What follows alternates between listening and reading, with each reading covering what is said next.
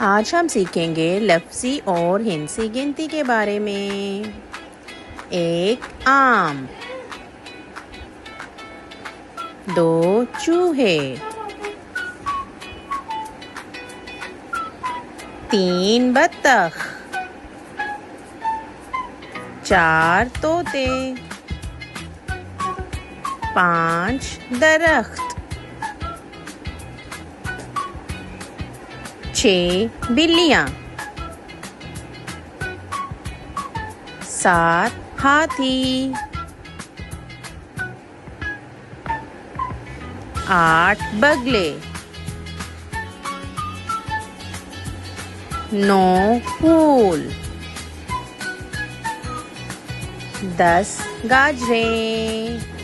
अब आप सब मेरे साथ दोहराई करें। एक, दो, तीन, चार, पाँच, छः, सात, आठ,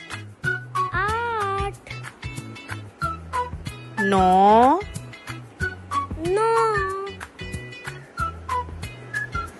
दस।